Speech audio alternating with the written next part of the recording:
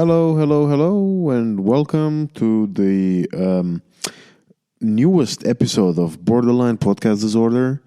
I am Levi, and I had an alright week. I started running. I'm running about 20 miles a week. So that's pretty good. I had a health assessment this week, and I had my heart checked and my lungs and a blood test and all that. The good stuff. And it looks good. Apparently, it looks fine. I just need to lose some weight, but that's just like it became a standard for me since I was probably, I don't know, 5. But what I found is that I'm actually comfortable with myself a little bit more. I still want to do better, but look, I'm capable of doing things I wasn't able to do even 6 months ago. No, 6 months. I'm exaggerating. I was actually running loads last summer, but almost a year ago. And I'll take that as a win. I'm happy with that. I'm happy with what I've got, but I'm trying to do better. I'm trying to eat better. I try to be as close as possible to a vegetarian. I still had meat here and there because, we got so much in the fridge and the freezer that I'm slowly still going to try and get, rid of it. I'm not going to throw it away. I'm not made of money. And, most of the meats are actually from a care package for my family before Christmas. So I'm not going to give that away. That's the good stuff. That was the first time in almost 10 years when I got a foods care package, and I still gotta celebrate it, and I want to celebrate it. But moving on, at least on the days when I run, I try not to eat meat. This thing about muscle inflammation got into my head. It's really playing with my head to the point where I don't feel comfortable eating meat on the days when I run. So I guess that's a positive on that side. My CO2 emission is lower because I don't eat as much meat. But besides of that, I've been in an all right place.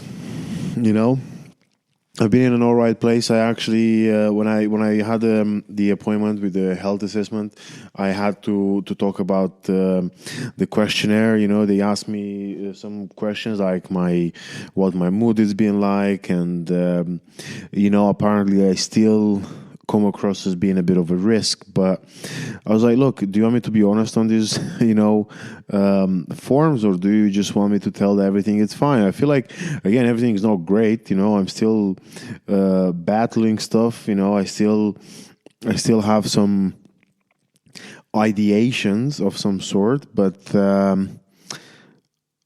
what, do you want me to lie about it? Or also, I keep it under control. I think that's a very important thing, that I still do okay at keeping things under control, and I do it so much better than I did it a few months ago. Even then, so much more than almost, I don't know, a year ago or something. Like, I'm more aware of my thoughts, and that's helping me a lot because I know they are just thoughts now, and I know that they usually pass for at least for a while. Even the worst moments don't feel as bad because if it doesn't feel as threatening, because I know it's going to go away. It might come back, that's a different story, but it's slowly going to go away. And that's important to me. Now, that was quite a bit actually, about a week where, again, not a lot happened, but in the same time, just the right amount of stuff's happened. I'm taking some time, not off, but I'm trying to pace myself with work, even though I love doing this, I love gigging. I've got some really exciting stuff coming up, gigging wise, and I'm meeting some really interesting people, and we're trying to work together. And that's cool, right? I'm actually because now this is like confirmed, and I'm gonna talk about it. But I'm gonna do my first Romanian speaking gig sometime in April, and it's exciting because I'm doing it for a brilliant comedian, a very, very good comedian, very like with a very good reputation as well, both in Romania and the UK, and hopefully that's gonna do me a world of good. But I gotta perform, I got some pressure on, and I don't know, if my jokes translate. I guess I'll just tell some stories, how about that? That could be better. Or maybe not. I don't know. But we gotta try it, and I'm still very grateful for every opportunity that I get. It's very humbling and it's very, very beautiful. And I want more of that. So if anyone who's listening to this can give me any opportunities of any kind, I'm here. Now, moving on to my weekly guest, Donatas is a wonderful comedian. It's a friend, of mine. Again, a friend in the circuit. Like we hang out sometimes before gigs and around gigs. But I'm not a social person, so it's not. That's just the way I do stuff. I don't really hang out much, but when I do hang out, I enjoy hanging out with him. He's a cool guy. He's a good chat. He's a character, he's as well, and he's an interesting person. It's a smart guy, and I enjoy chatting with him, and I enjoyed our chat in the podcast. However, while I try to edit this, I think I did a mistake the first time when I recorded, and it doesn't sound as good as I'd like it to sound. Gotta be honest with you. I hope you can bear with it, because again, it's a good episode. It's a good conversation. It might just not sound as good as I'd like it to, but it's still a good chat. So if you can bear with it, please listen to it. If not, I understand. Again, I've had some mishaps. I can't fix it. I'm learning on the go. But the first conversation was recorded sometime before Christmas. So since then I had to. Again, I wasn't as good as I am now, and. I messed up a bit, but I don't want to give it up. I don't want to give up the episode. I still think that I should put it out there because, again, it was a natural, beautiful conversation, and it would be a shame for it to get lost. So, folks, I hope you enjoyed the episode. Thank you, and bye. For now, enjoy.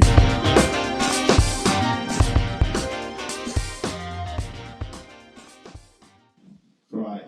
So, Donatas, welcome to. Good to be here. How are you? I'm good, I'm good. Sitting on this very comfortable couch, feeling relaxed. Nice. It's a nice living room slash podcast room that you have on. Have you tried the coffee yet? What you? Not yet, Not not yet. yet. I will give you my review in a few minutes. That's actually one of the things that I'm like trying to quit because like coffee in general, like it's mostly a positive thing. From what I've read, it's good for your brain, it's good for longevity, but also it has like a long lifespan and disrupts your sleep. a bit, you might not feel it, but it disrupts your, well, basically you don't sleep as much with coffee. And another thing, but like, I guess on a lower scale, what coffee does, it activates flight or fight instinct, which is a good thing to have. Basically, it activates your adrenaline gland, which is a good thing to have. And let's say you're like in nature and I don't know, lion starts chasing, you want that energy. But if you're like, I guess sitting in front of your screen doing something, and that instinct gets activated from the coffee, yeah, you might get more focused, but I think also just basically overloading your adrenaline gland. With that being said, I love coffee, I love the smell of coffee, but this is like one of the things that I'm thinking about quitting, and I had taken breaks from it. Like, and the thing is, there isn't like a completely life-changing thing, but you can feel it. I mean, you just like wake up way easier, and then you have like a more constant energy. So I'm thinking, yeah, this might be like one of the last cup of coffees, and then in a few days I will try to like sort of just lean off. I'm not saying like this is going to be forever, but it would be like nice to get like 3-4 months without coffee, yeah. Well, the thing is, because we are, this is gonna come out sometime in the beginning of the 2024. Yeah. Because given the fact that we are talking at the end of 2023, at least I'll just try to ease the coffee until the end of the year, which is a week away. That's the plan. Well, actually, I don't have like any stand-up gigs on 24th, 25th, and 26th. I think that will be the time when you. But because sometimes the gigs you just come back late at night, because of commute. If you're doing a gig outside of London, and then you might, have to wake up early and you don't get enough sleep, and you want to get like activated.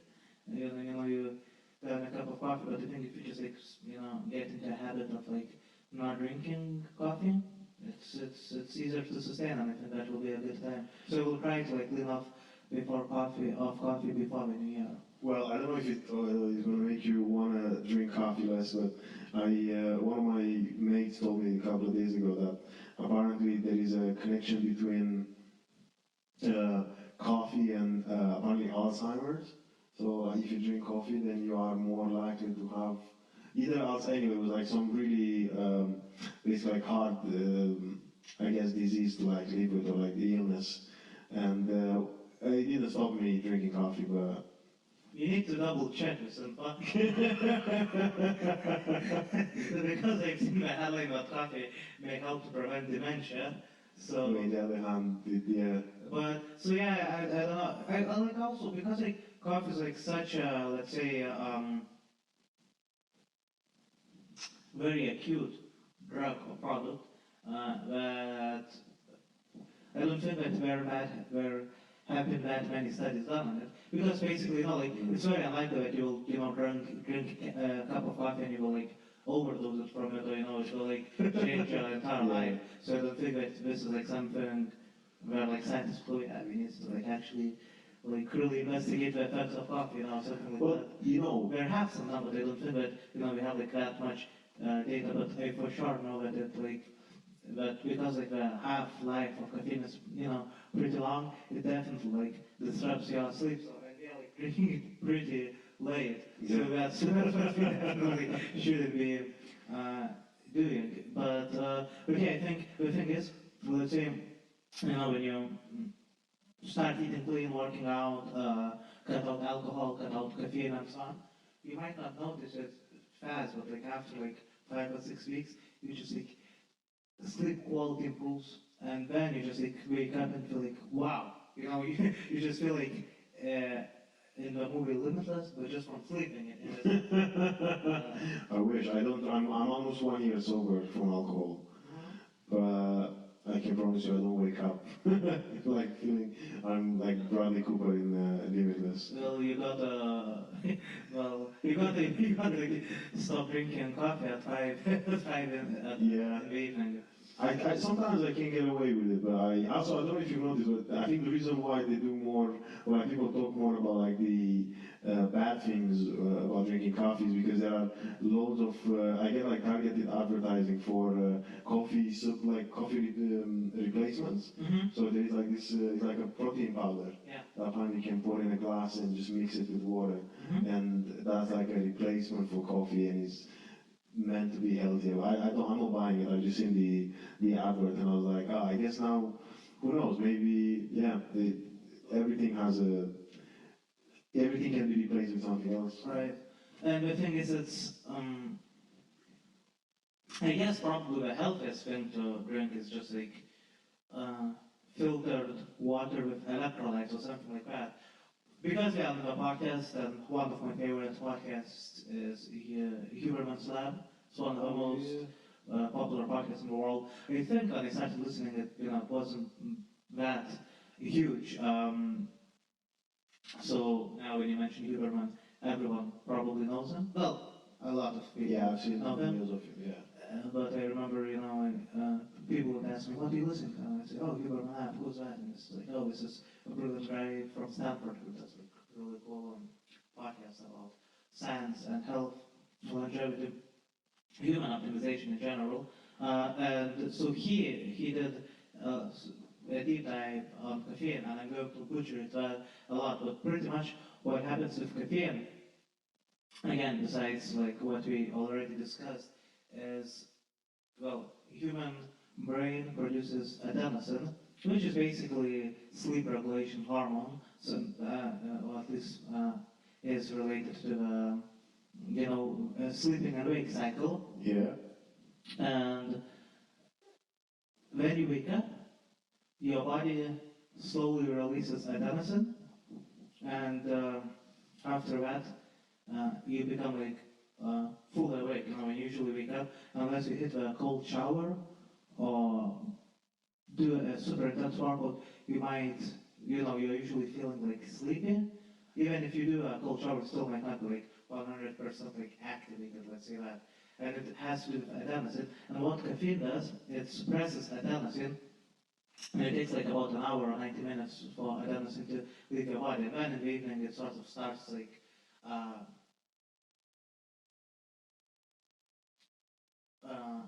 compounding again, and it makes it helps. When that works together with your all your other body mechanics to basically regulate your sleepiness and so on. So anyway, so when you wake up in the morning, like your body's trying to sort of like take adenosine out of your body pretty much, or regulate adenosine. And when you drink caffeine, it suppresses it, but it's still, it just stays suppressed. So it means that later in the day, it starts getting released, and you like fall asleep, and that's where you get like that caffeine crash. So what he says is that you shouldn't drink coffee in the first hour or like 90 minutes of the day. And you should like avoid drinking caffeine 10 hours before sleep. Unless you like wake up and you work out, you wake up and go and hit CrossFit gym, I guess. I love coffee, but I used to do it, and I kept like taking breaks on and off, and then I go back on coffee, like just like, temporary, like for a month or whatever, so I don't follow that rule. But then I was like, when I sort of thought, I will always drink coffee because I like it, I always would try to wake up and wait those 90 minutes. This is basically just a reaction, Of the- replication of humor. I was going to say this is a review of his episode about coffee. Shout out Andrew Huberman. You know what? I do like him. I've seen some videos, and I think I enjoyed the ones about like mental health and like the impact on like your like well-being and how activities can, like help you out and stuff. And again, he's not. I haven't listened to a lot of stuff from him, but what I've listened to, yeah, he's not. He's very clever. I think he's a really. He seems to be a very clever guy. So yeah, shout out to him. And because you were saying that you're one of the comedians who I know to probably like grind like the hardest on the second. Like you're almost, yeah, if every opportunity you have, I don't think I've seen you not doing a gig. So where's the drive? Where's the drive coming from?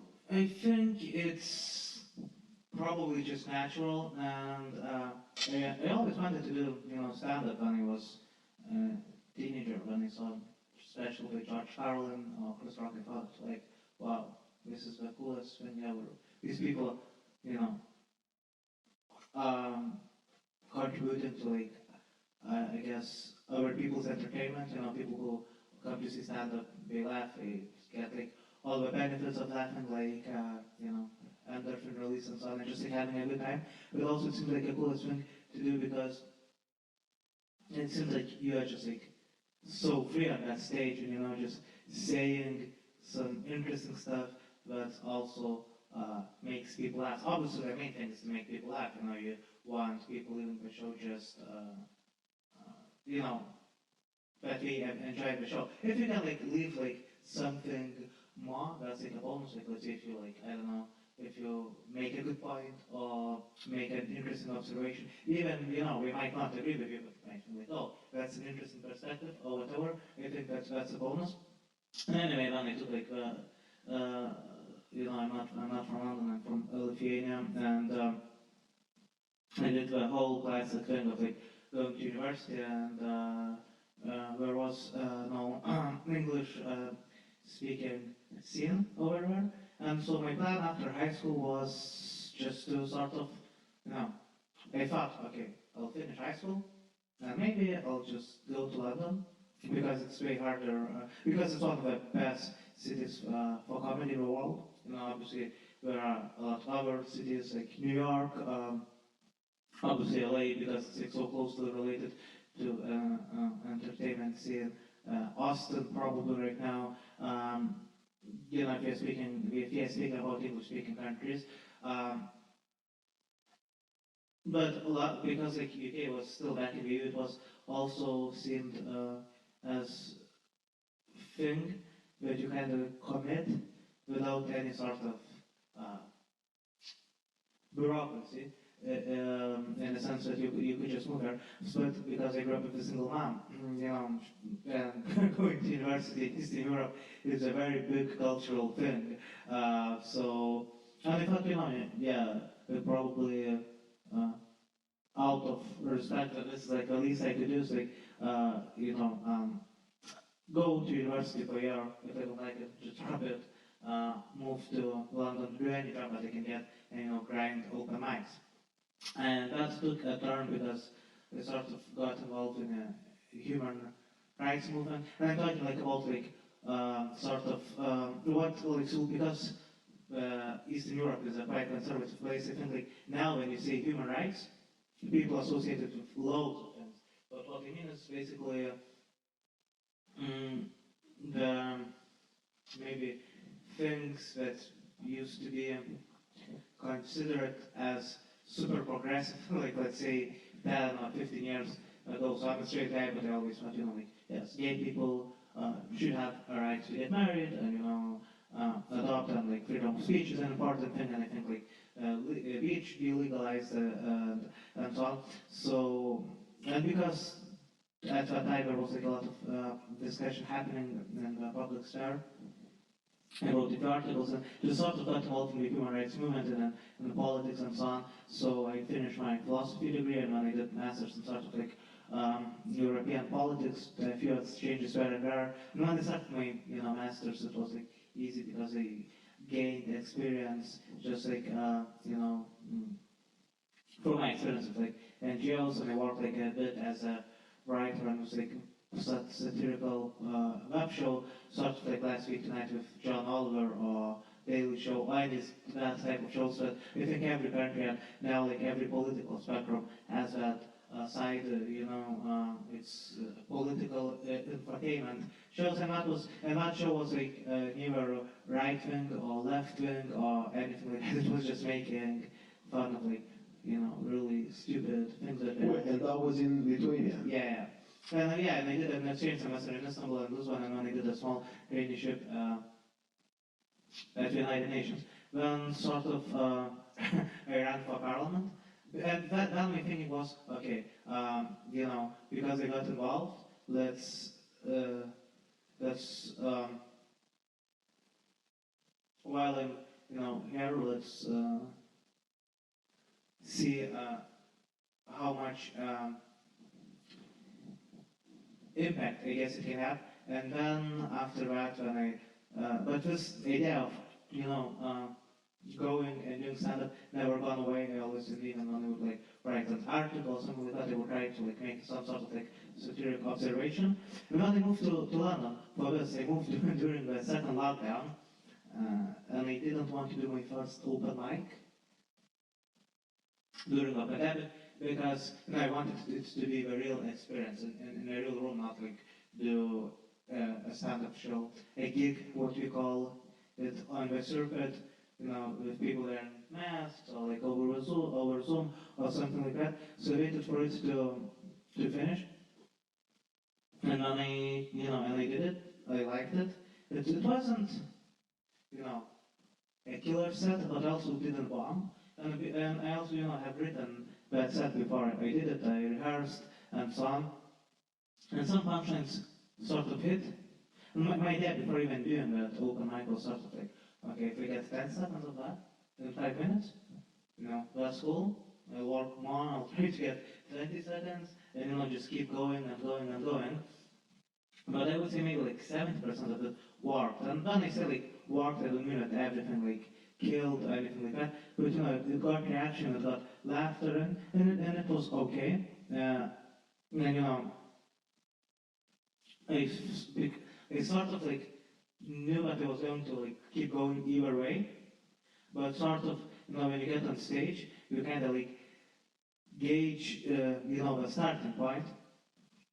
And when I just started doing more, and if anything I could get on, and it escalated from there. But I think so. It doesn't really feel like a drag because doing a stand-up set, it's usually the best part of the day. Just love seeing comedy, love interacting with comedians, interacting with people who laugh or see comedy, and just doing comedy. So that kind of sort of comes naturally. I think it might be different if you let's say, are from London, and if you're married, have a partner, have a family, you grew up here and have strong social connections, then it could be a bit different. Where is a gig, but also my cousin is throwing a house party, or whatever. But here you are just you moved here for this reason, and also it's the best thing. It's the thing that you most enjoy. So why wouldn't you gig every day? I guess if you could, from my perspective, yeah. Okay, that's really interesting, man. Because I think even when I moved to London, I did struggle to be fair, 2023 and 2022 were very strange years. Because in one hand, I enjoyed them very much. In the other, I had loads of downs. And I had to take loads of breaks and stuff. But it's interesting to hear your perspective, and I think it's quite cool because you got a valid point. You're if you enjoy it, and if you're that's why I came here, that's why I put myself for this, that's what I'm going to do. But you've done all right for yourself. I mean, you obviously since we first met, but even when I see on your socials, you've done I think pretty much every gong show in London, and you've got through. I think you either end up winning or beating the gong, which for anyone who's not a comedian listening to this is wild. You have a rooms full of people that sometimes just want to gong you off, but yet they wait for your set to finish because of your, I guess, material, your stage presence and everything. So how is that? How does that feel? So also I guess another thing about gong shows, for people listening who are not comedians, I don't know. I probably assume that's 99% of listeners are comedians, but for that, for that 1% that it isn't, it's basically, in a way, it's almost like Britain's Got Talent, American's Got Talent. The difference is, it's not a panel who can buzz you off. it's the audience. So, you have a comedy club, and I've seen a person who's hosting the show gives out free cards to, audience members who like want to have it or the loudest, or whatever the reason it may be. And when you do, when comedians come up and they try to do stand-up, and it's not like an open mic, because open mic might be a small gig in a pub or in a cafe where you have like 20 or 15 or 30 people, or even maybe you have like a bigger gig where it's like 50 or 70 people, but they're pretty much there for a laugh, and we just enjoy the show.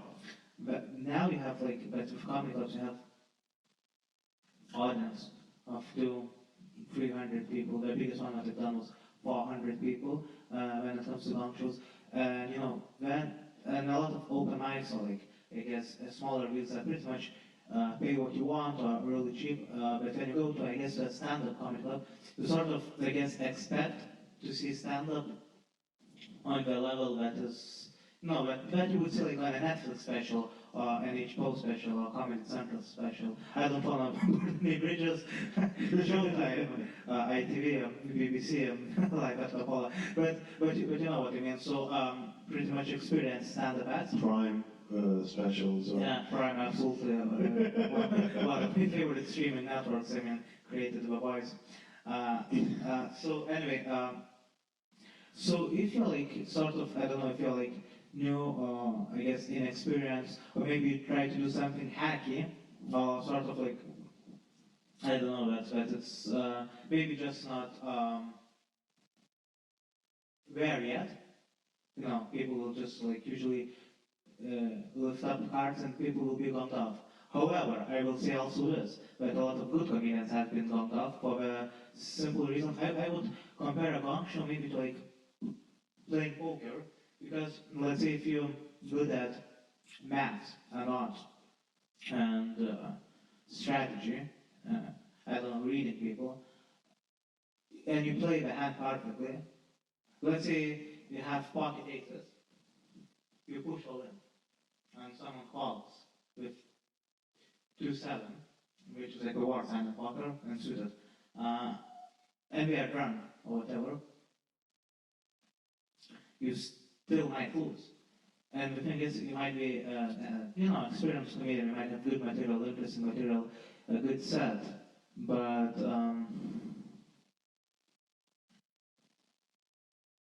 it might become like it might depend on timing, it might depend on who has cards, on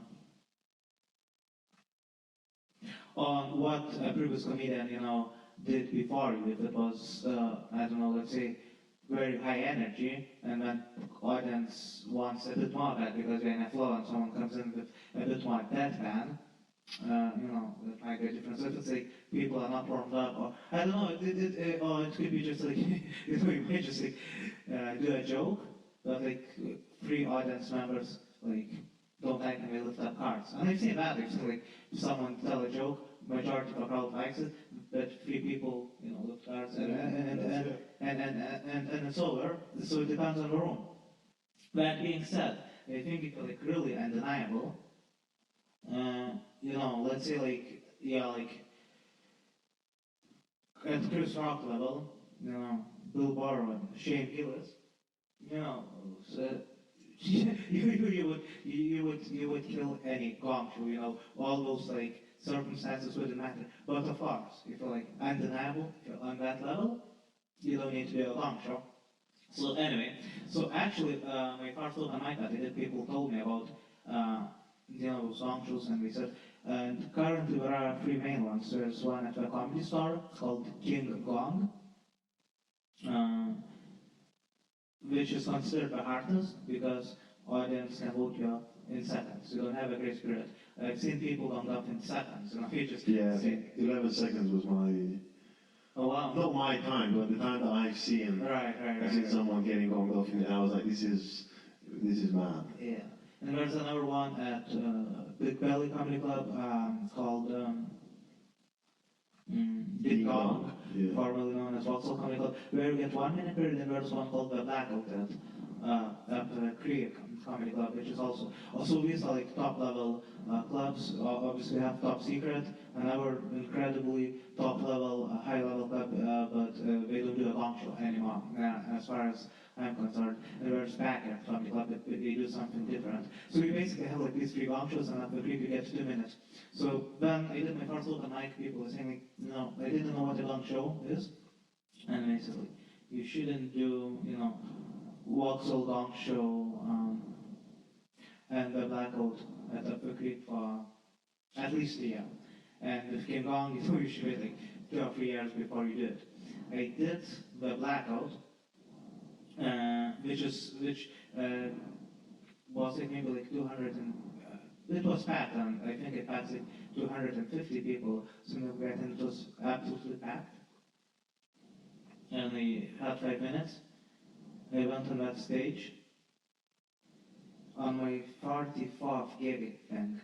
So it was maybe like 3 months, and I used to give laughs back then because, I was in bringers and whatnot. And bringer gig is very hard to like bring someone, and usually comedians just exchange favors. So anyway, so it was my first gong show, and everything landed. Everything landed. I didn't win. I didn't get any cards.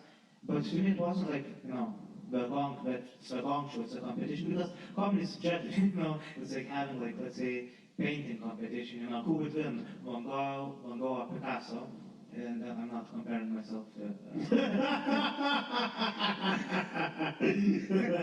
Donatas, Van Gogh, or Picasso. So,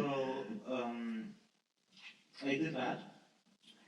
But I liked it because it was a real comedy club. This is like you feel like, oh wow, if you become like really good and clubs start booking you get like to do this, which feels amazing.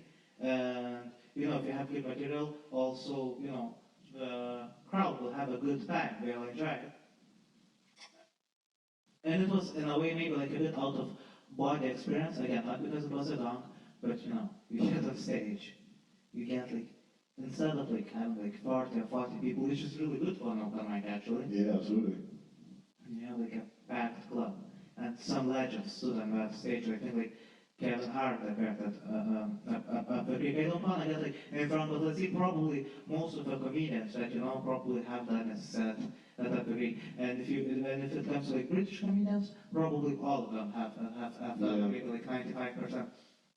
And you do 5 minutes and you feel like, wow, if you keep improving, if you keep grinding, this could be, you could maybe do this like every night, at least quite often.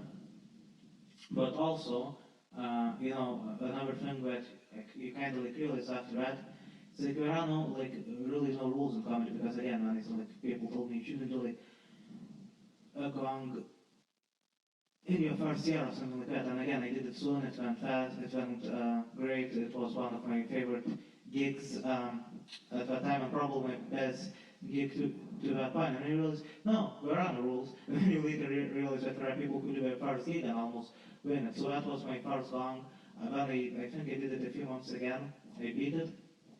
Then I did Vauxhall, beat that one. And so when it comes to the Greek gong show,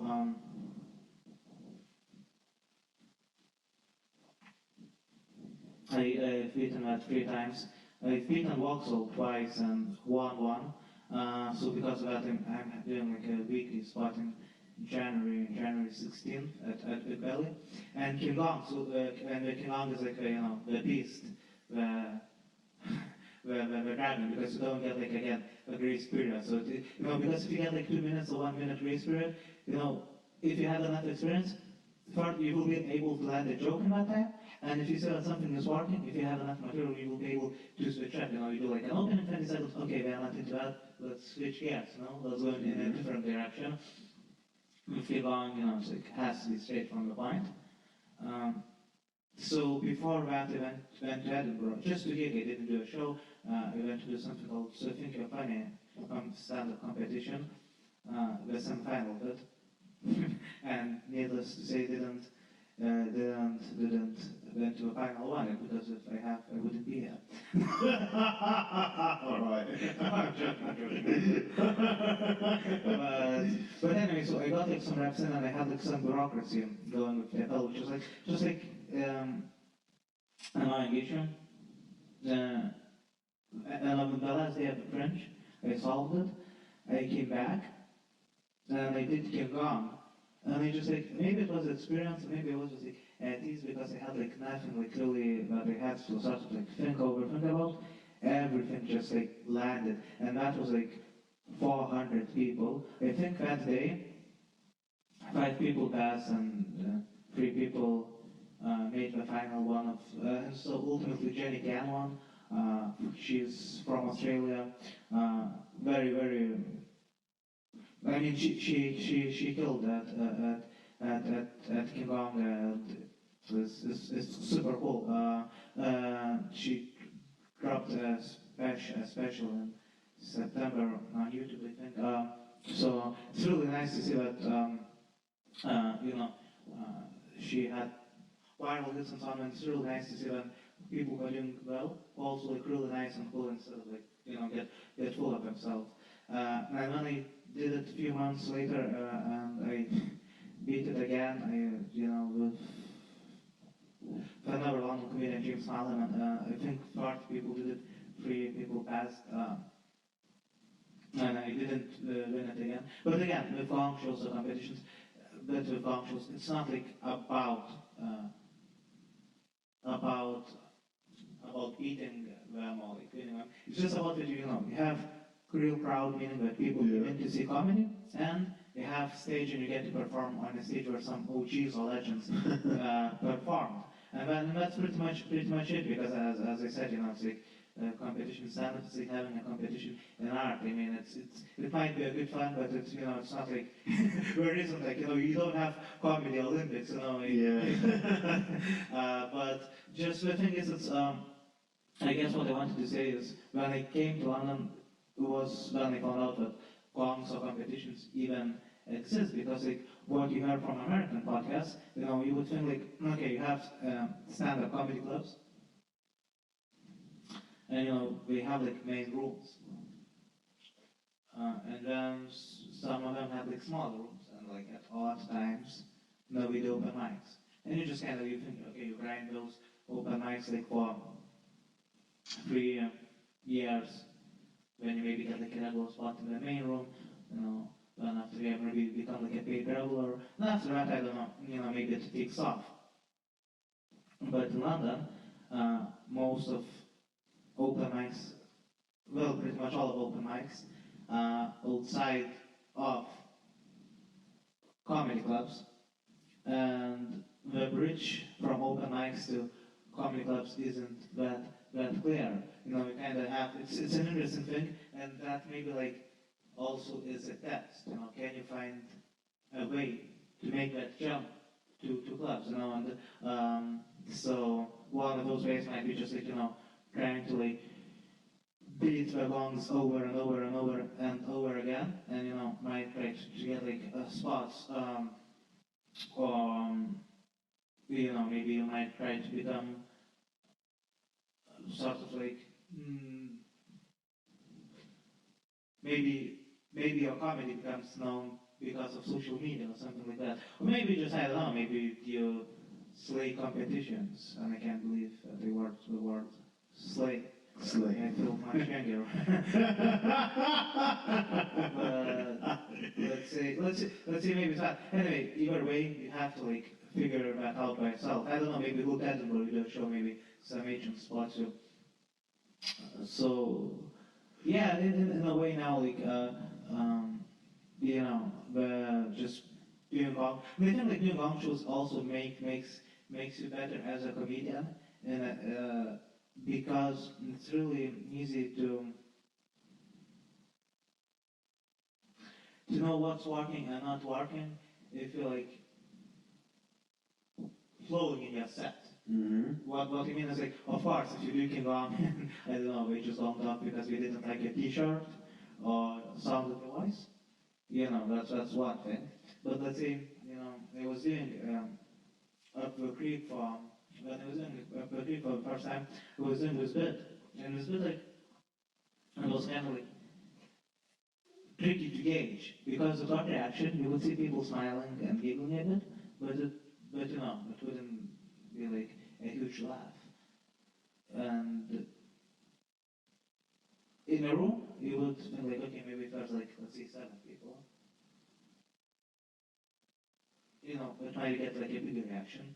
If it was like 70 people or 700 people, so I opened, everything was going well, like 3 minutes 50, or maybe something like that, and I did it and it wasn't working at all. It was silent, but because it was doing well, I didn't get like any cards. Like after, like he did that bit wasn't that long, maybe it was like 15 or 20 seconds. And then, I went to like other material, I, it was fine. I beat it, didn't get any cards, but I knew, okay, there's probably nothing there unless I did like a complete like remake of the joke or something like that. Okay. So that's but again, if you if you are like doing clubs constantly, you would know it either way because if you show up to a club and do 10 minutes spot and do like let's say 1 minute of new material, it's like okay, because yeah, so yeah, that's what happens. I think it's good fun. I think it's cool, but still, like I think gongs, yeah, they can be tricky because like people might just gong you off like without no reason. But I think it's also cool that you might have done 10 or 15 or 20 open mics. And you might try to like do a gong, and if it goes well, you get to do 5 minutes at like established club on a real stage with a real crowd. And by what I really mean is like that at open mic sometimes it's just comedians who are there to test material or like comedian and their friends because it's a bigger show, meaning that you have to bring someone they might not even might not even want to be there. So because like there are places where it's way harder to like even get a spot at the clubs, and it sort of worked. Well, sort of like yes, now in January, I have like a few club spots, which is cool. I'm doing Big Valley, and I'm doing January 16th. I'm doing 10-minute spot at Backyard Comedy Club on Thursday, on Covent Garden Comedy Club as well. 10 minutes there, and that came from. So with Backyard, it's interesting. Instead of a long show, we do something comedy knockout, which is basically you have 12 comedians, we randomly pair you up into 6 couples, and then one comedian does 2 minutes, another comedian does 2 minutes, and then we do like a clap off, and the one who gets a better comedy response, goes to the second round. So and in the second round you do 3 minutes. Again, pairs, and now we have like 6 people left, so we have 3 couples, and then in the last round, everyone remaining does 4 minutes. But so it's interesting because when you have to like set your set, meaning that pretty much you have to do like 3 different sets, and let's say you have like a 5-minute set, right?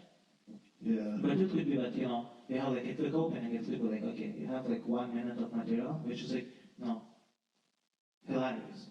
And then you have maybe like a long setup or something that like requires I don't know 90 seconds for it to pace off.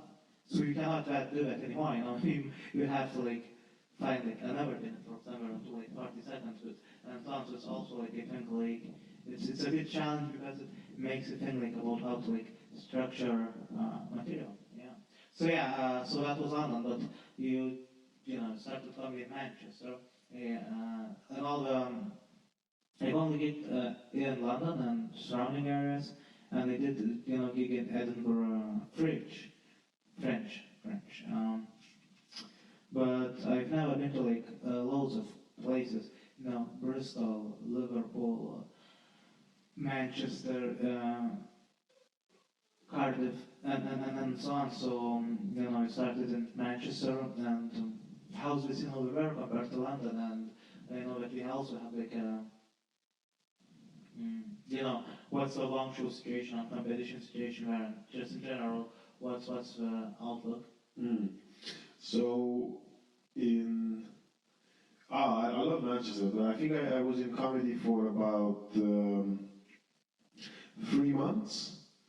I started in August, I think, or October. No, October. I started in October because I did one gig in August, but then I couldn't find because I was off social media and I didn't know how to book other gigs. And I've done this like poetry night, it went really well.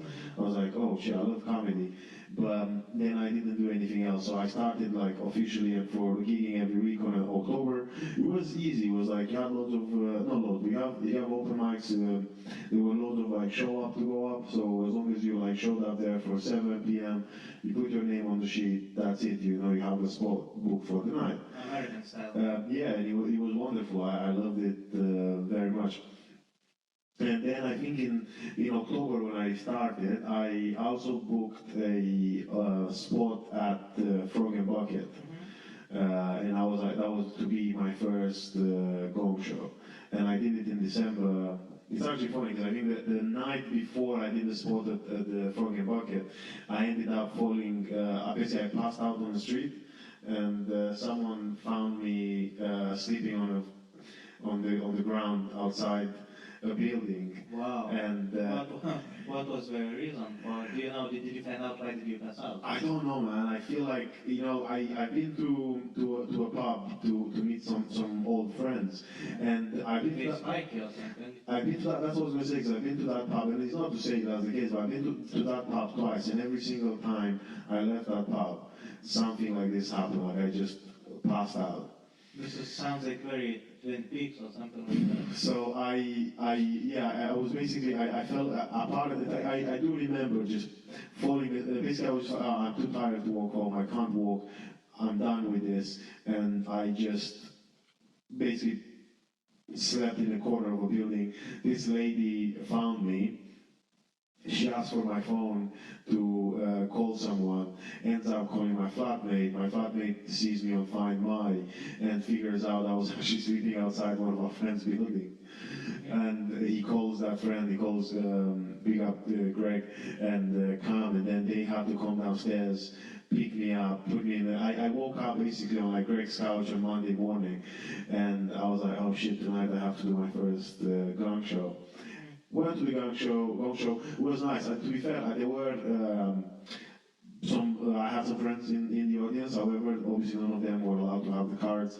But me and this absolutely incredible person who we sadly lost this year, Alex Morin, did it in the same night, and that's how me and Alex Morin met.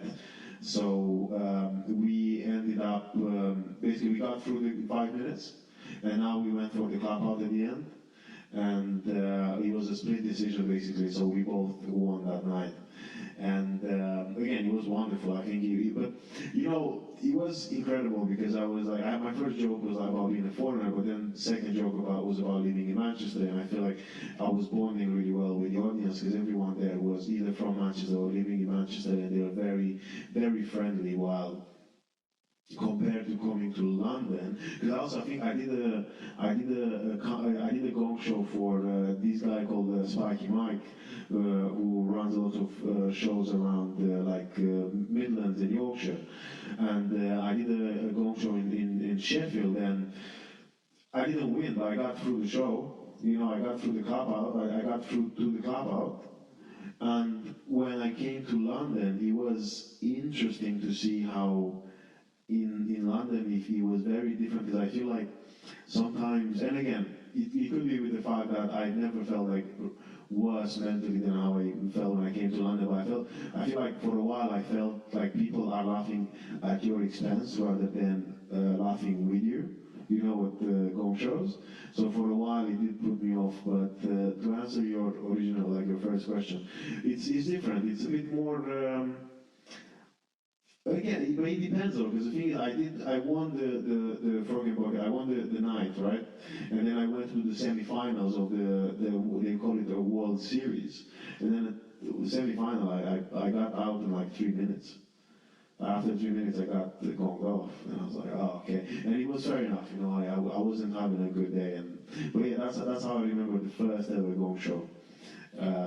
Loved it, but yeah, that's again. It's not, in one way, it's a bit maybe friendly, or it just feels a bit different. So we've never met Alex, and you know, but I only sadly never met him. I only heard good things from you and another out of London-based comedian Adam Anwar. Yeah, Adam Anwar, he's from Bolton. He's actually the first comedian to ever get. No, sorry. It was the second time. Well, the first comedian to give me a paid show. Because the first one was a split bucket, and then bucket split, sorry. And then he was the first show was actually like, you're getting 10 quid if you're going to do this. And I was like, yeah.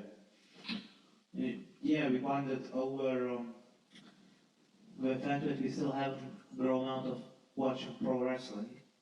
To make it seem like I'm all grown up, I also watch MMA. Like wrestling is pretty much the reason why. But I love both. I enjoy both.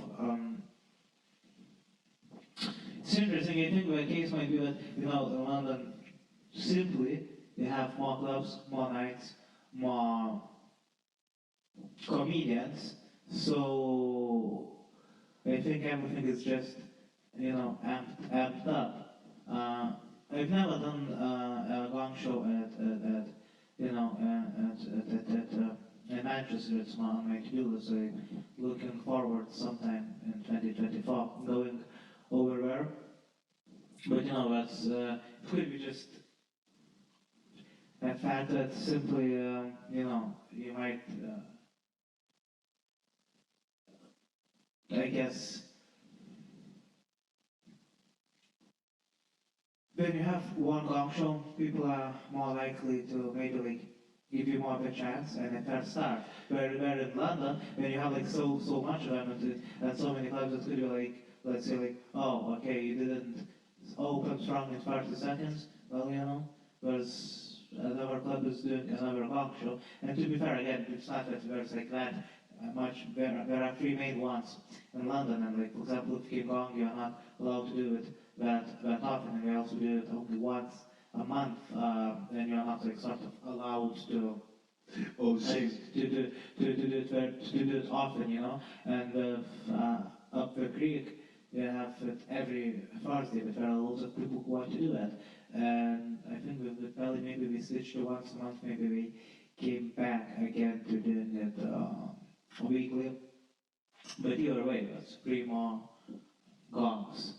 So even though I can't like really speak about it, I haven't been to Manchester, so like any comparison that I'm making is completely unfair and unjust. No, I don't. I mean, I guess yeah, without doing it, but even the thing is, you still, my idea of doing comedy in London and then outside of London is I feel like in London which is again in one hand I love, and I think it's if anything it's helped me become the better comedian I am now and write like even more clear jokes and trying to like get a better message to the audience because I feel like in London it's this thing of like, well, I have all, like you said, I have all these options of things to do tonight or of places to watch comedy this week, but yet I chose this one, made me laugh, you little like puppet on stage. While when you do it outside of London, people are, for example, because like one of my favorite gigs to do outside London is in St. Albans, and the reason why I love it is because people who come to that pub, they come there for comedy, that's like their form of entertainment on a Wednesday night.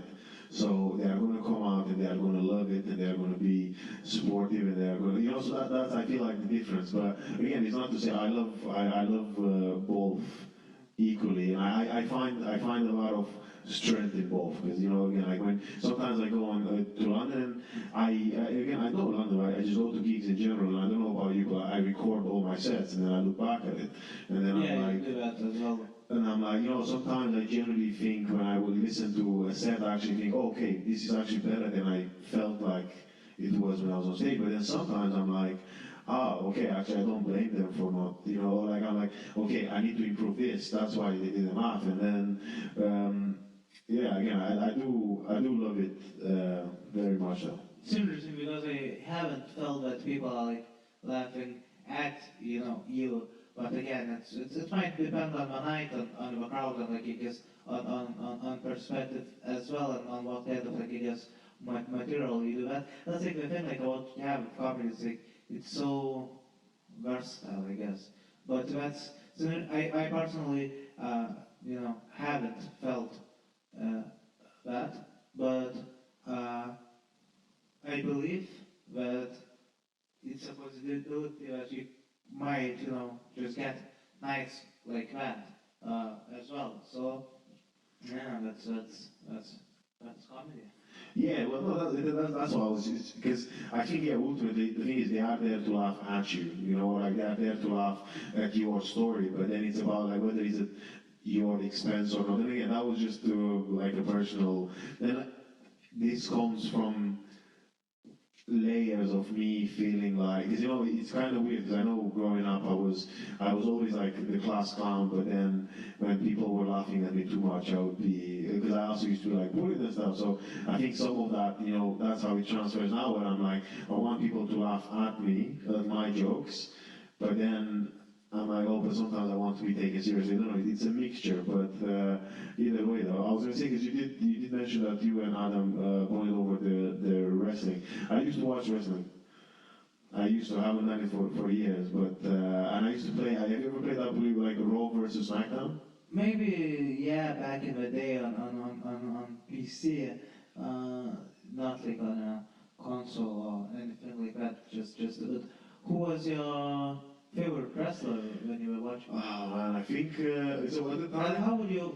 By the way, you mentioned being a class clown, and you grew up in Romania. Right? yes, yeah, that's true. So, what being a class clown entailed? I've never been to. Yeah, I've been. Yeah, I've been to Romania, but I'm not like familiar with high school humor. I guess. I think so for example, when I was in primary school, I just tried to like, I don't know, do like silly stuff, just to get some attention, like to make some people laugh. And it's not, I would go, for example, on the board, and as I was like cleaning the board, I'd like draw penis, and then just like why, while the teacher is still talking to the class and they don't see the board, and then I draw something funny, and then I just like quickly wipe it before they turn around. But then the other kids would laugh, or like sometimes If you like film that, it would depend how would you shoot, because it could also be like very intense like scene if it was like tension, music. It's like Mission Impossible. He has like 3 seconds to like erase it. just be like, here's the tip of the pea. Oh, quick, yeah, teacher is coming. I used to play. I got one. Obviously, like I guess humor is like obviously universal. I think it's just like it might be like I guess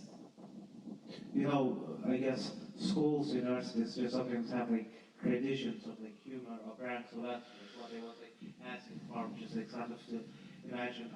Yeah, what was who made like some, I don't know. I guess when you're a kid, you don't like when you're like a grown up, maybe like you think like about wrestlers, like like you kind of like think of them as performance, and you might be like, oh, this person is really good on the mic, or good in ring, or maybe both. Has interesting character. When you're a kid, you feel like it's like watching a cartoon, a movie, just like supporting, like good guy or something. Like, yeah, I think. So yeah, who did you like root for? Man, I think Triple X.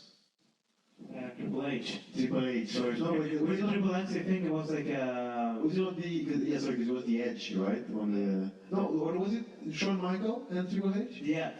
DX, sorry, that's like a movie with yeah, Vin Diesel. sorry, with Vin Diesel, I'm so sorry, yeah, so it's been a while, but yeah, so the DX, because I love Shawn Michael, and I love Triple H, I also like John Cena, was pretty big, and I think it was because he was everything that America looked like in Romania. At least for me, watching like wrestling, I was like he was more of an all American than what was his name of the Olympic wrestling guy? Kurt Angle. Yeah, Kurt Angle. John Cena was like the nicer version of him and like the more like down to earth. Rey Mysterio, I think, was from SmackDown. I had a period when I liked Batista, but then I didn't like him anymore. I can't remember why. CM Punk. I think CM Punk had my favorite finish move, like signature. Yeah. He's back in WWE. Yeah, I've seen that. Yeah.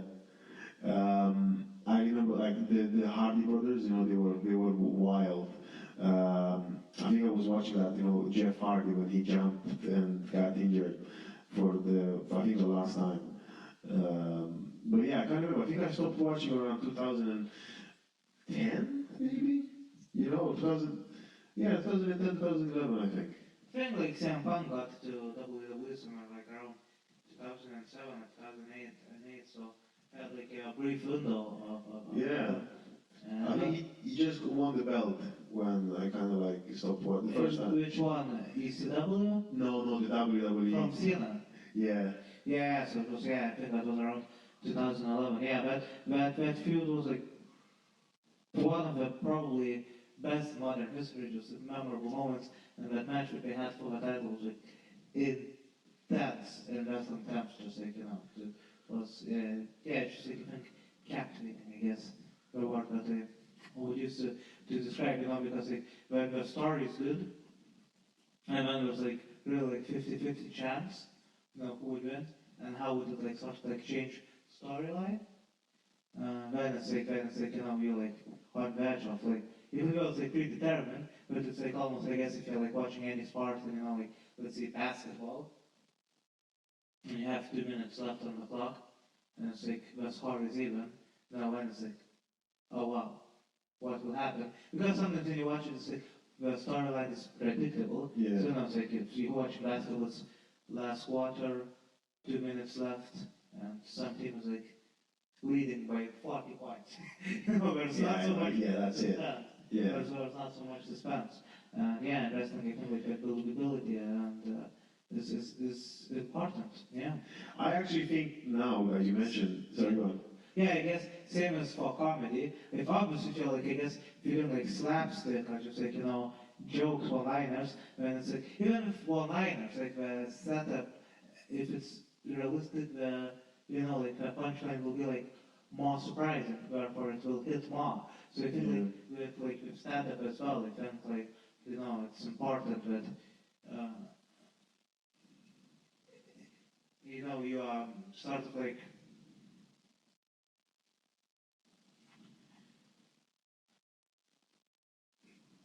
people believe what you say, but I mean like because I stand up it's not like what you mean by belief. It's not that when people are saying stories, they're sharing their perspective.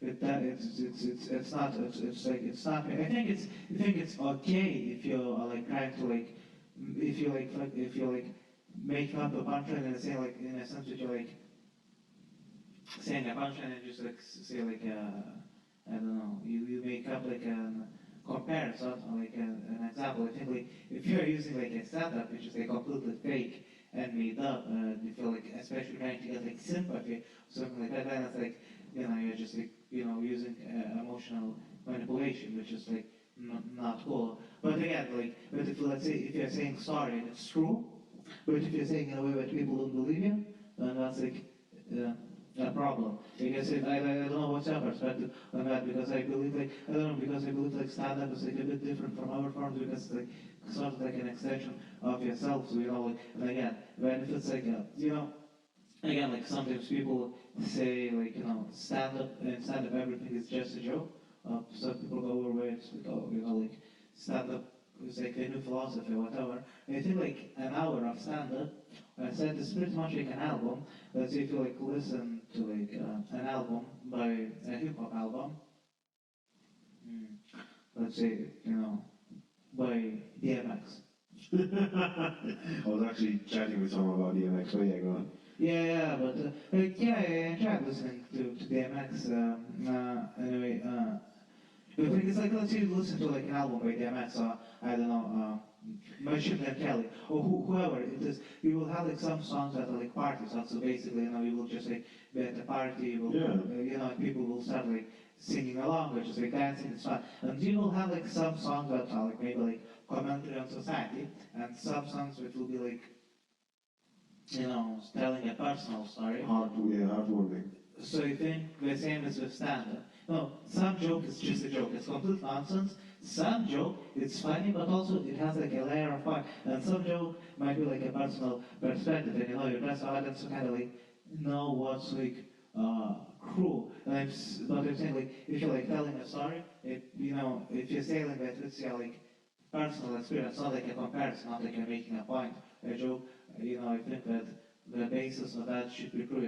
You might like change the names for privacy reasons, or like it's generate punchline if it's like a comparison, not just like something crazy. But I think if you're just like I think if you're like presenting someone as a personal story, it probably shouldn't be made up because like stand-up people trust what you are saying in a sense. Yeah, obviously audience knows when it's like okay, that was a one-liner, that was just like an observation or something like that. But with some people, I think like if you have like a style which makes your personal story not believable, it can come across as fake. So if you like, I think you might have a real story, and you might say like 100% true, but you still have to do it like in a believable way. I guess. So yeah. I think to me it depends because you can have I, I don't know like the way I write because some of the things that I write are true, some are not.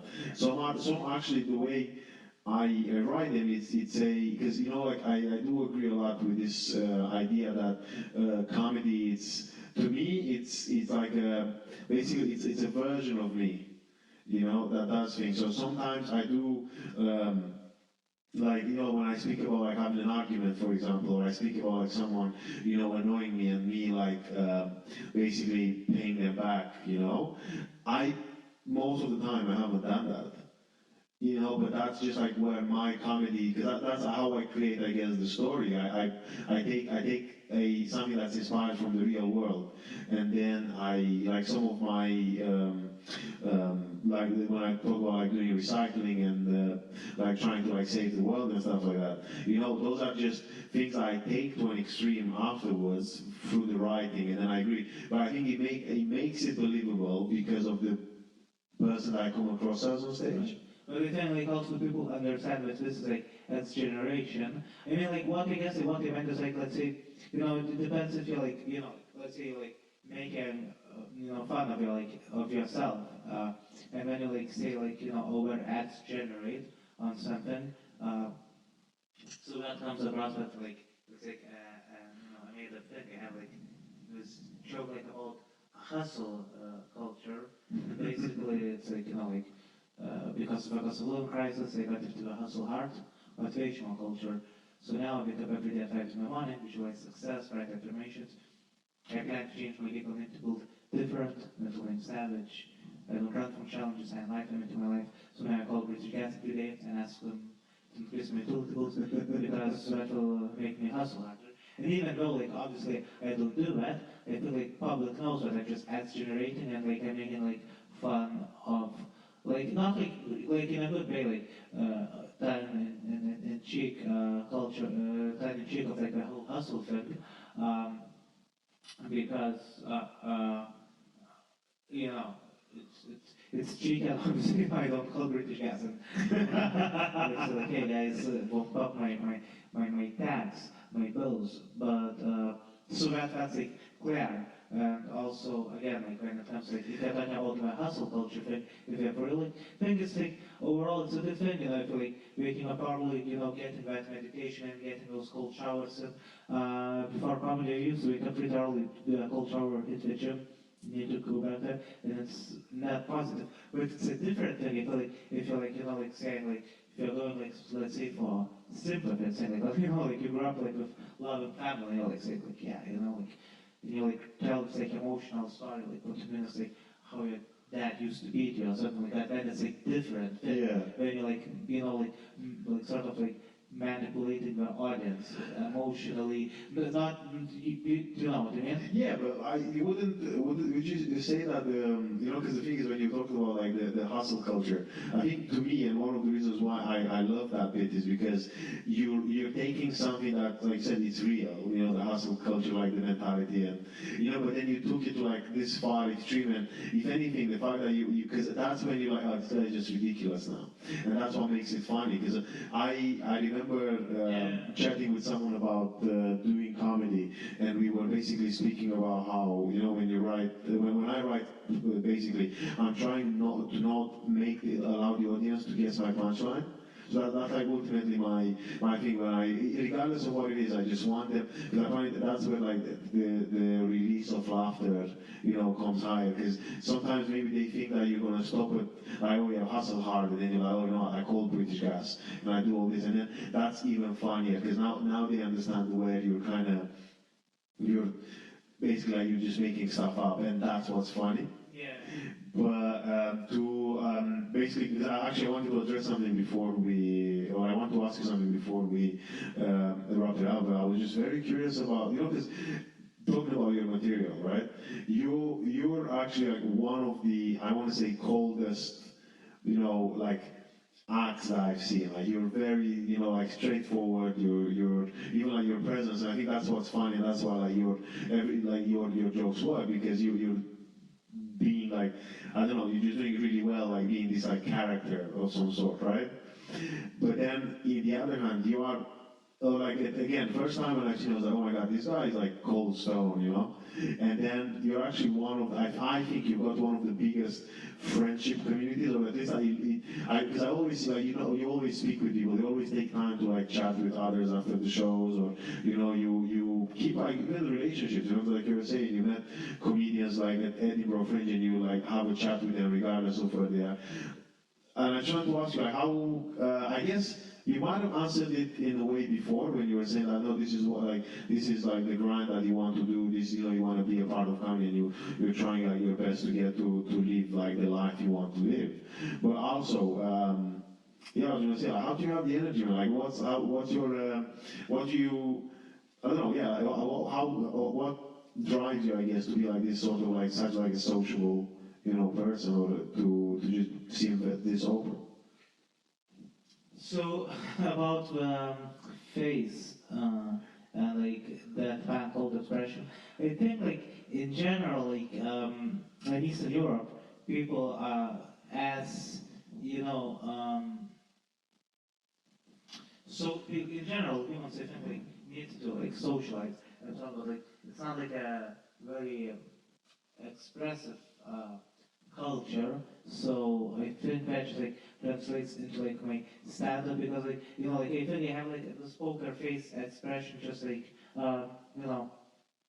naturally. So I think if I like try to like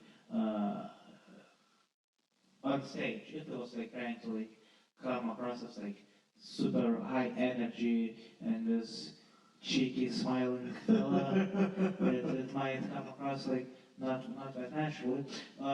So that's but yeah. So that's when you write material, I do like I try to like make it material like strong enough that it would be like delivered in any fashion. And also I don't know. I think like it depends on the style. It really depends. I think like if you're seeing it and if you're laughing, if you have like a high energy that goes like with showing emotions, it's like one thing. But if you're like doing like some sort of like observational material, I think like keeping like cold face, just like again, I don't do it on purpose, but it works because like you're not breaking that far wall. It comes across like okay, this guy is speaking, and I like what punchline is instead of like seeing like oh he's joking around. And obviously, when you go to a comedy show, everyone knows that you're like joking around. But like when you're doing a setup, I think like you might get lost in the performance. When it comes to like social part, again, I mean, it's just cool to hang with comedians. Because comedy are really creative and interesting people, and again, it's I don't know, it's just like yeah, it's it's cool to hang with fun people, get their perspective on comedy, and also it's again like comedy scene in London attracts people from all over the place, locally and worldwide. So it's like it always leads to like. Interesting conversations because like someone just went to gig to Canada, someone moved to here like from Australia where comedy scene is like completely different. But then again, if I had like a partner like you, if I was like married, then it would be like maybe I would have like less time. For that. But I don't know if I think like it's fun for comedians and artists alike. If it's a good gig, you come in, you have like a fun time, and then everyone is just like feeling good. Yeah, why not? Just like chat about like this crazy game that we are in. If it goes badly, then you can just joke about like how bad it was and how far away it is, like from the actual games.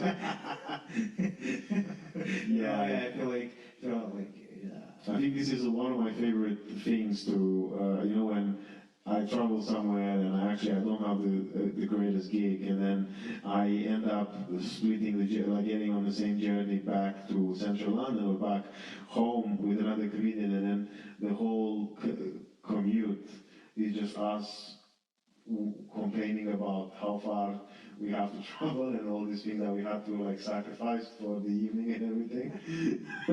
Well, again, I think that another thing is like, it just shows how like open London comedy community is. Because like when I came here, I didn't like really know anyone, and then they sort of accepted me with, very warmly, and it does like I think to everyone, as long as you're like not a complete and total, wanker. We need a man. So yeah, it's just I feel like just in general, the clown comedy sort of is made up of pretty there are like loads of cool people, and then it's just cool to get to know them. And so I guess it might be like in all the other big comedy hotspots. I've never been to those. So yeah.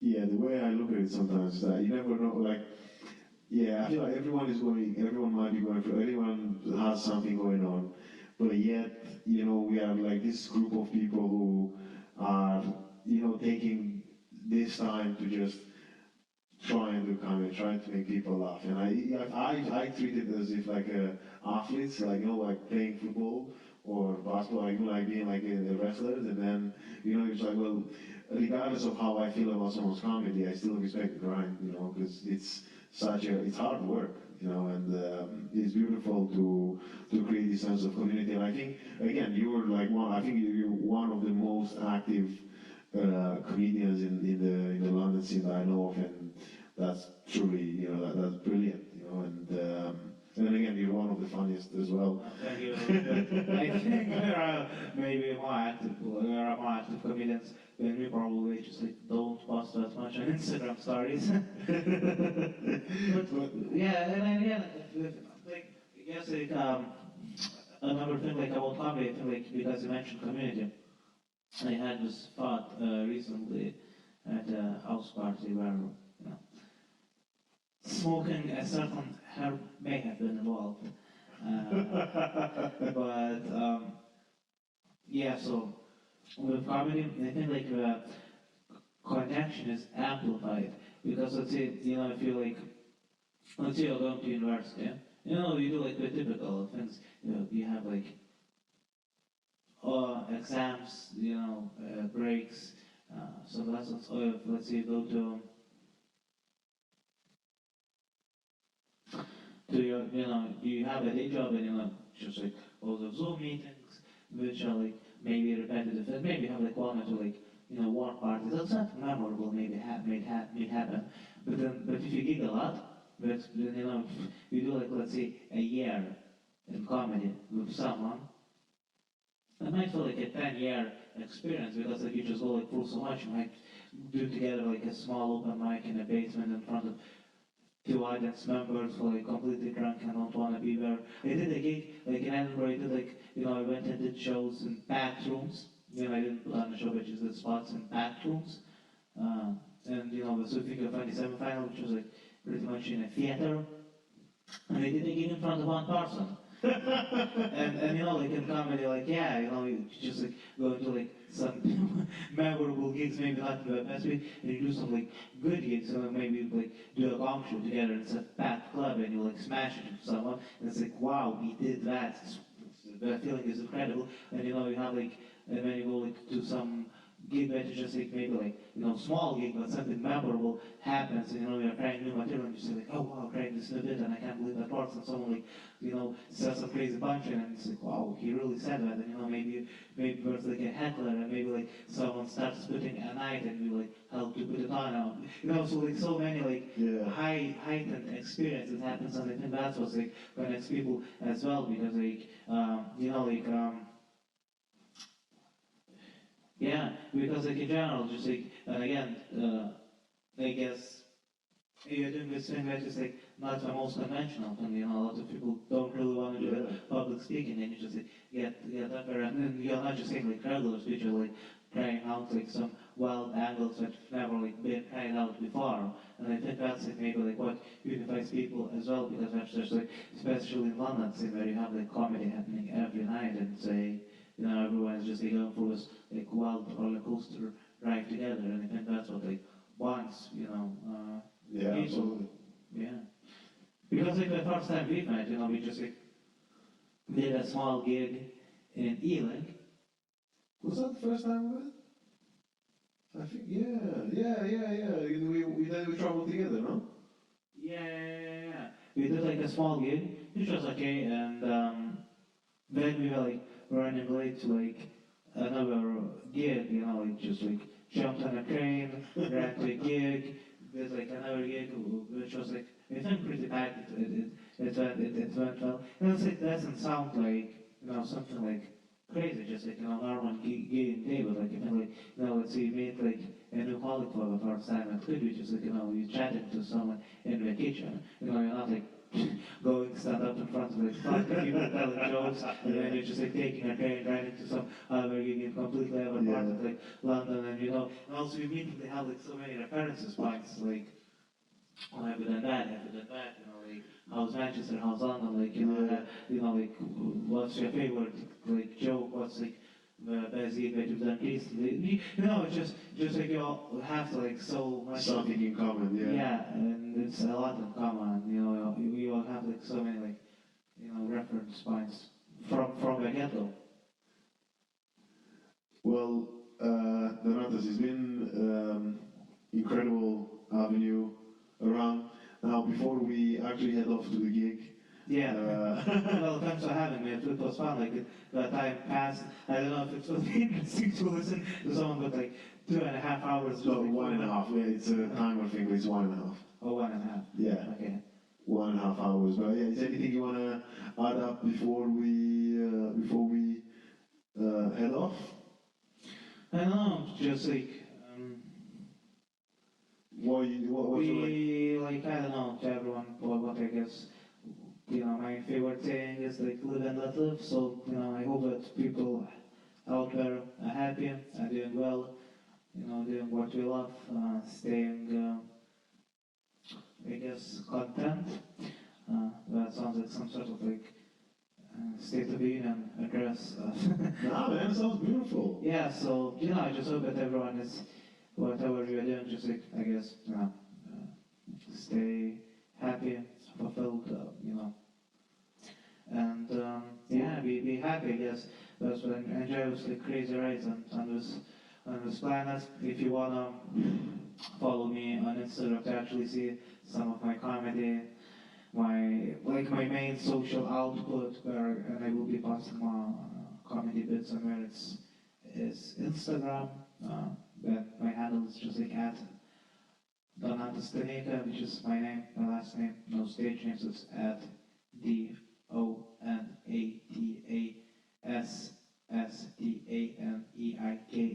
Yeah, yeah. I have some clips on YouTube. I can just enter my full name, which is, I guess, will be in the name of this podcast episode title and probably a description as well. Well, you'll be in a bio, so we'll have your social there. Yeah, so that's it. I don't have like any special dropping soon.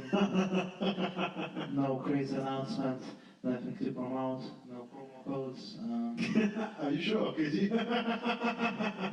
was just joking. That was a reference to your. Yeah, I do this. Hello, fresh bit. But it might not work on a podcast because it might actually have sponsors that will. Yeah. It's like, this is actually a podcast sponsored by Hello Fresh. Well, it would be nice. We'll see. What about you? What's your last word? Is this the last podcast of the year?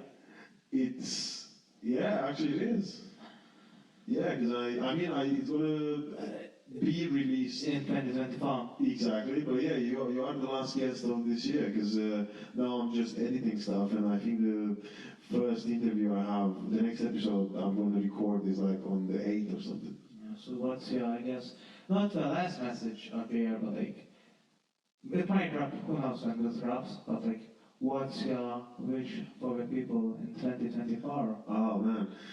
I think I'm pretty much on the same wavelength as you are.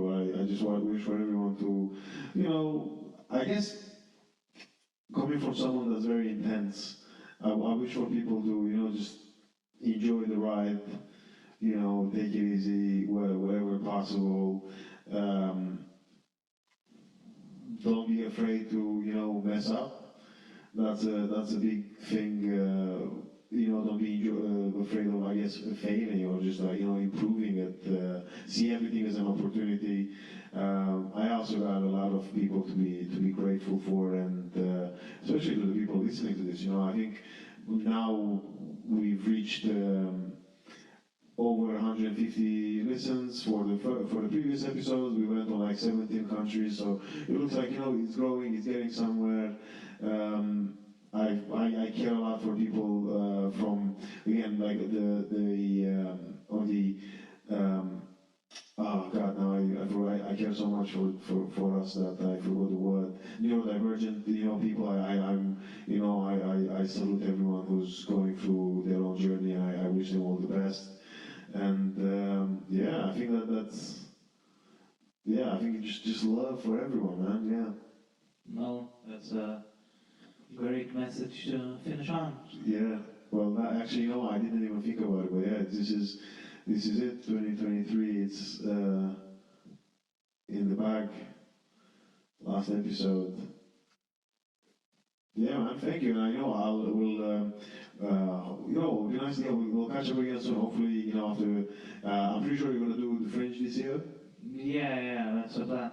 Yeah, we'll see if anything changed when we do this again. Yeah, well, that would be nice. That would be a nice way to see where we're at. Yeah. But for now, goodbye from me. Yeah. Well, thanks to anyone listening. Yeah, bye. Right. Well, you see, I told you it's gonna be a good conversation. I told you, didn't I? But I hope you enjoyed it. And for any feedback at all, I'll start leaving my my work email address as well in the bio of the podcast. Follow me on social media. I'm at Levi Lupu almost everywhere on any social media app. And Donatas's social media handle is in the bio too, so follow him as well. Brilliant comedian. very hardworking guy and a very funny guy and a very nice guy. So, yeah, thank you. And until next week, stay skillful, look after yourselves. Goodbye.